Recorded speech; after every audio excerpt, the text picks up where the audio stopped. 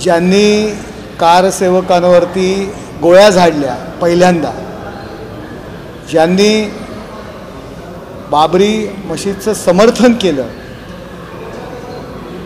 त्या समाजवादी पक्षाच्या मंडळींना आपण त्या मातोश्रीमध्ये आणताय, जी मातोश्री हिंदू हृदय सम्राट शिवसेना प्रमुख माननीय बाळासाहेब ठाकरे यांच्या पदस्पर्शाने पावन झालेली आहे। ज्यांनी जर मंदिरावरती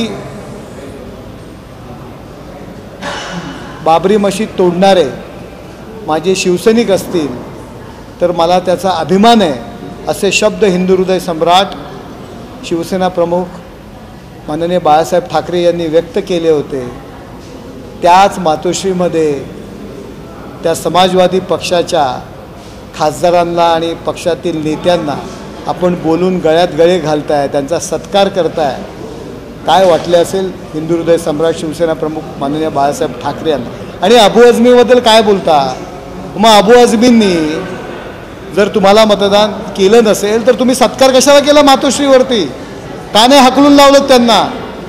अहो, लोकसभेमध्ये त्यात अबू आझमींच्या मदतीने आपण मतं घेतलीत ना।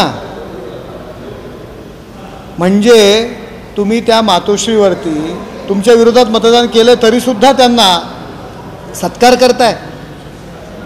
हे संजय राऊतांचं एक स्पष्टीकरण दिलेलं आहे। अबू आझमींनी आम्हाला मतदान केलं नाही आहे, अबू आझमींनी त्याचं स्पष्टीकरण द्यावं। परंतु त्याच मातोश्रीवरती बाबरी समर्थकांचा सत्कार, आज यांनी भगवा रंग सोडून हिरवा रंग स्वीकारला पाहिजे असं मला या ठिकाणी वाटतं।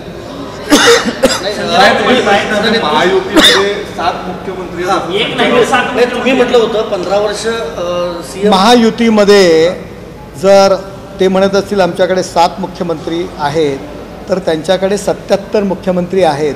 त्यांच्यात हिम्मत आहे का उद्धव ठाकरे यांना मुख्यमंत्री पदाचा उमेदवार जाहीर करायचा? अहो, यांना मुख्यमंत्री होण्याकरता मुख्यमंत्री पदाचं एवढं स्वप्न आणि एवढी हाव होती। शिवसेना भाजपा युतीबरोबर विधानसभा निवडणुका लढल्या आणि मुख्यमंत्री होण्याकरता काँग्रेस आणि शरद पवारांबरोबर गेलेली ही मंडळी आहेत। यांना काय अधिकार आहे युतीच्या मुख्यमंत्री पदासंदर्भात बोलण्याचा?